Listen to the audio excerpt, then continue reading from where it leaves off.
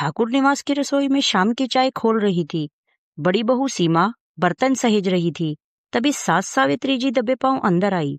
उन्होंने बाहर आंगन की तरफ तिरछी नजर से देखा, जहां छोटी बहू नेहा अपने बच्चों के साथ खेल रही थी। फिर सीमा के पास आकर फुसफुसाई, सावित्री जी, सीमा, जरा संभल कर रहना बहू।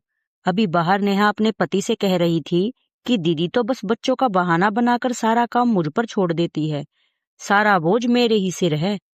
सीमा चौंक कर, पर माँ जी, कल ही तो मैंने उसकी मदद की थी और उसने मुस्कुराकर शुक्रिया कहा था।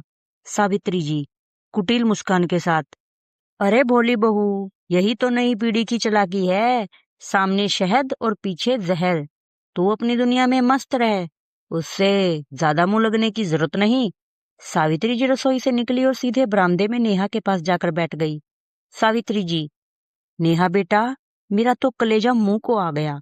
अभी सीमा रसोई में कह रही थी कि नई बहू को घर के तौर तरीके तो पता नहीं, बस सारा दिन सजने संवरने और बच्चों के साथ खेलने में निकाल देती है। नेहा आंखों में आंसू भरकर, माँ जी, मैंने तो उन्हें हमेशा अपनी बड़ी बहन माना है। सावित्री जी, बहन, यहाँ कोई किसी का नहीं है। तू बस अपने कमरे में रहा कर, वरना वो तुझे नीचा दिखाने का कोई मौका नहीं छोड़ेगी। अगले कुछ हफ्तों तक घर का नजारा ही बदल गया। सावित्री जी जब देखती कि दोनों बहुएं एक दूसरे को देखकर अपना रास्ता बदल लेती हैं, तो उनके चेहरे पर एक विजेता वाली मुस्कान आ जाती। उन्हें बड़ी खुशी होती कि अब उनका राज सुरक्षित है और बहुएं कभी एक होकर उनके खिलाफ खड़ी नहीं होंगी। एक दोपहर पड़ोसन कमला जी मिलने आई और अपनी बहुओं की एकता की तारीफ करने लगी। कमला जी, बहन जी, मेरी दोनों बहुएं तो सगी बहनों की तरह रहती हैं। सावित्री जी ठहाका मारते हुए, अरे कमला, तू अभी कच्ची खिलाड़ी है। याद रखना, दो बहुएं जहां एक हुई समझो सास की शामत आई। मेरा घर देख, दोनों अपनी अपनी सीमा में रहती हैं, इनके बीच अनबोल है, तभी मेरा राज बुलंद है। अगर ये दोनों एक साथ बैठ गई तो मेरा राज खत्म हो जाएगा। ससुर जी ने जब यह सुना तो वे अपना अखबार छोड़कर बाहर आ गए। ससुर जी गुस्से में, सावित्री, ये तुम क्या जहर घोल रही हो?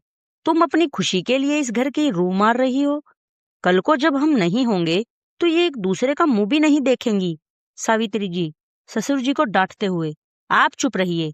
आपको क्या पता, अगर ये दोनों बात करने लगी तो मेरा राज खत्म हो जाएगा। ये घर मेरे इशारे पर चलता है और चलता रहेगा। वक्त बीत गया और सावित्री जी का आखिरी समय आया। बिस्तर पर लेटे हुए उन्होंने देखा कि सीमा एक कोने में खड़ी है और नेहा दूसरे कोने में। दोनों के बीच मीलों लंबी खामोशी थी। सावित्री जी कांपती आवाज में, सीमा, नेहा, पास आओ, एक दूसरे का हाथ थामो। सीमा पत्थर जैसी आवाज में, माँ जी, अब हाथ थामने का क्या मतलब? आपने ही तो सिखाया था कि ये हाथ साथ देना नहीं जानते। नेहा सिसकते हुए, हाँ माँ जी, हमारे पास एक दूसरे के लिए सिर्फ वो नफरत है जो आपने सालों तक हमें पिलाई है। सावित्री जी की आंखों से पश्चाताप के आंसू ढलक पड़े। उन्होंने अंतिम सांस लेते हुए कहा, मैंने सोचा था कि तुम्हें दूर रखकर मैं राज करूंगी, पर आज समझ आया कि मैंने अपने ही हाथों अपने परिवार को जला दिया। अपने स्वार्थ में मैंने तुम दोनों के मन में जो दूरी पैदा की है, वो अब कभी दूर नहीं हो सकती। सावित्री जी ने दम तोड़ दिया। सीमा और नेहा ने एक दूसरे की ओर देखा। उनकी नजरें मिली, पर उन नजरों में सिर्फ एक ऐसी गहरी खाई थी जिसे भरने का रास्ता अब खत्म हो चुका था। उनके मन में पैदा की गई वो दूरियां अब हमेशा के लिए रह गई।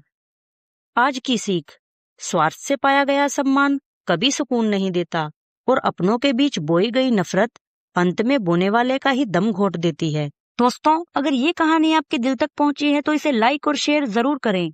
मेरी ऐसी ही और सच्ची कहानियों से जुड़ने के लिए हमें फॉलो और सब्सक्राइब करके मेरा हौसला जरूर बढ़ाएं। धन्यवाद।